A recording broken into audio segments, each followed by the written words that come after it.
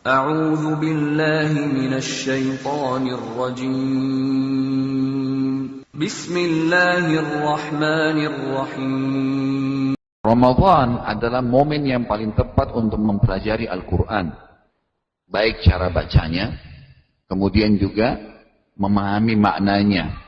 Ibu-ibu kalau mau khusyuk dalam sholat, salah satu kiatnya, ngerti arti yang sedang diucapin.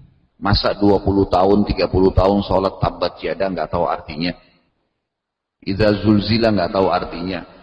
Jadi gimana cara khusyuknya? Nggak bisa, kan lain kalau kita tahu maknanya. Difahami maknanya. Yang ketiga diambil hukumnya. Yang keempat diterapkan dalam kehidupan sehari-hari. Yang kelima dihafal. Masa kalau lagu beralbum-album bisa dihafal, Al-Quran nggak bisa. Karena kalau lagu bisikan setannya gampang, enak, tenangan. Tapi kalau Quran berat, susah gitu kan. Padahal kalau hafal lagu nggak ada pahalanya loh Bu. Kalau hafal Quran satu huruf 10 pahala. Kata Nabi SAW, setiap huruf Al-Quran dapat satu pahala yang dilipat gandakan menjadi 10 kali lipat. Dan aku tidak mengucapkan alif lam mim satu huruf. Tapi alif sehuruf, lam sehuruf, dan mim sehuruf. Jadi kalau alif lam mim 30 pahalanya. Ya. Lebih baik ibu sambil masak di dapur, sambil ngulangin hafalannya. Itu lebih baik. Pahalanya banyak. Ya. Itu termasuk yang bisa kita amalin di dalam bulan Ramadan dan memang turunnya Al-Quran. Juga usahakan kalau kita bisa mengkhatam Al-Quran, alhamdulillah. Tapi targetnya bukan itu ya, kita mengkhatam Al-Quran. Sebagian ulama salaf itu kalau tiba Ramadan mereka sama sekali lagi tidak menyentuh kecuali Al-Quran. Mereka membacanya, memahami maknanya, mentadabburinya, dan menambah hafalan mereka. Menambah hafalan. Ibu-ibu belum terlambat untuk hafal Quran ya. Karena orang kalau hafal Quran itu kalau meninggal jasadnya tidak dimakan oleh tanah. Dan dia akan dipastikan masuk ke dalam surga di derajat yang tertinggi di Firdaus insyaallah. Ini sudah ada hadisnya. Sebagaimana sabda Nabi SAW, 3 golongan yang tidak akan dimakan jasadnya oleh tanah. Para nabi-nabi, para syuhada, orang yang mati di medan perang mati syahid, dan para penghafal Al-Quran.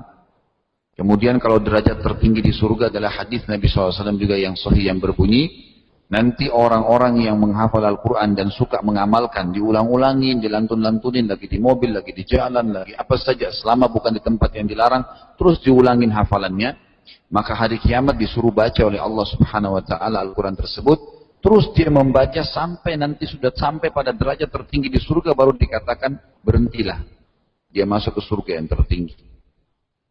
Sudah semestinya kita lakukan. Cara yang paling mudah untuk menghafal Al-Quran ibu-ibu sekalian adalah mulailah dengan 10 ayat per hari. 10 ayat itu kecil ya. 10 bait saja. Caranya juga ulangi dengan 10 kali saja. Ini retorika yang saya sampaikan biasa di Jakarta. Misal, ibu baca Al-Quran 10 ayat jadikan target dan pilih surah yang paling ibu senang. Jangan mulai dari Al-Baqarah karena 2 juz setengah. Tapi misal buka, saya biasa tuntun jemaah saya, kalau ibu lihat di YouTube ceramah saya itu, setiap ceramah di Jakarta pasti saya bawa buku. Misalnya tentang pengajian apa, saya bawain buku, karena ini kejauhan. Ke Melbourne dari Jakarta ini kan kejauhan untuk bawa buku-buku gitu kan. Tapi saya selalu kasih referensi, ini bukunya ya. Terus saya bilang, Bapak Ibu saya ajarin cara baca, mau nggak? Mau. Saya buka plastiknya buku itu di depan mereka. Pertama buka dulu plastiknya. Karena banyak kita beli buku plastiknya nggak dibuka kan. Ditaruh di rak, nggak bakal dibaca-baca. Buka plastiknya, ingat ya ucapan saya plastiknya dibuka. Sebelum taruh di rak ya. Kemudian yang kedua, buka daftar isinya. Jangan baca bukunya semua. Daftar isi aja. Mana nanti di antara daftar isi sekian banyak judul itu yang paling ibu senangi. Lingkarin, halaman 30 misalnya.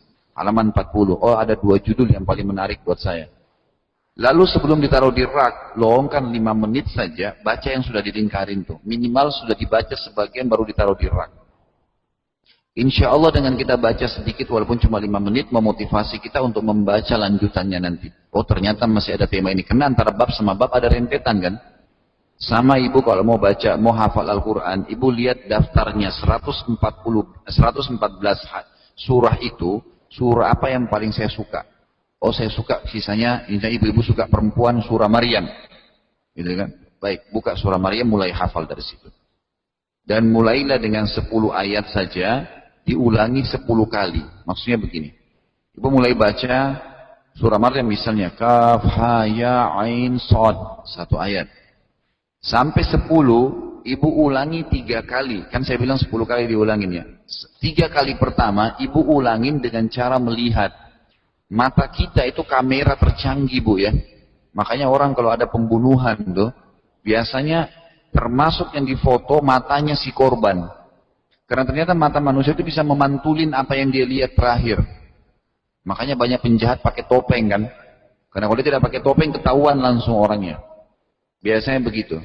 Mata kita ini melihat huruf itu, ya dilihat sambil kita ulangin. Niatin dalam hati mau menghafal. Karena beda ya. Kita niat mau menghafal dengan tidak niat. Pasti beda. Dia akan nyantol kalau kita niat.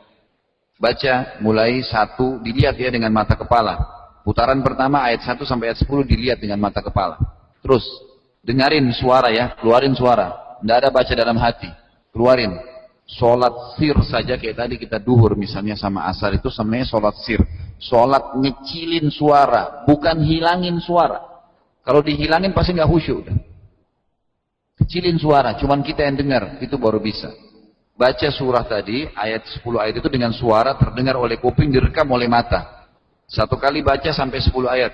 Yang kedua ulangi lagi dari ayat 1 sampai ayat 10. Sama, melihat, dengarin kuping. Yang ketiga ulangi lagi sama, dengan niat menghafal sekali lagi. Yang keempat, ibu-ibu ulangin tidak melihat sama sekali. Ulangin itu 10 ayat, tidak melihat. Coba. Kalau semuanya 10-10 terhafal, alhamdulillah. Kalau enggak, biasanya nyantol sebagian besarnya. 8 ayat, 7 ayat, 3 belum. Baik. Yang kelima, 6 sama 7, 3 kali lagi. Ya. Ini dilihat lagi seperti 1, 2, 3 tadi. Ulangin lagi melihat, baca lagi dengan suara terus. 3 kali kayak tadi. Itu jelas ya. Yang kelima, 6, 7. Kemudian 8, 9, dan 10 itu 3-3-nya diulangi tanpa melihat lagi. Insya Allah 10 ayat sudah dihafal tuh. Lalu ibu praktekin ya. Di sholat qobliyah dibaca 10 ayat tuh. Bayangin kalau 10 ayat itu ibu bagi. Di subuh saya baca 5 ayat di rakaat pertama, 5 ayat di rakaat kedua. Nanti duhur ada qobliyah duhur dibaca lagi. Qobliyah duhur kan ada 4 rakaat. Bisa dibaca lagi. Ya 10 ayat dibagi 2-2 ayat nih, atau 3-3 ayat atau 2-3 ayat, pokoknya terserah. Ini diulangi lagi di qobliyah duhur, diulangi lagi di duhur, diulangi lagi di ba'diyah duhur. Di qobliyah asar juga ada 4 rakaat, diulangin lagi, di asarnya diulangin. Maghrib nanti ada qobliyahnya, ada maghribnya, ada ba'diyah maghrib, diulangi.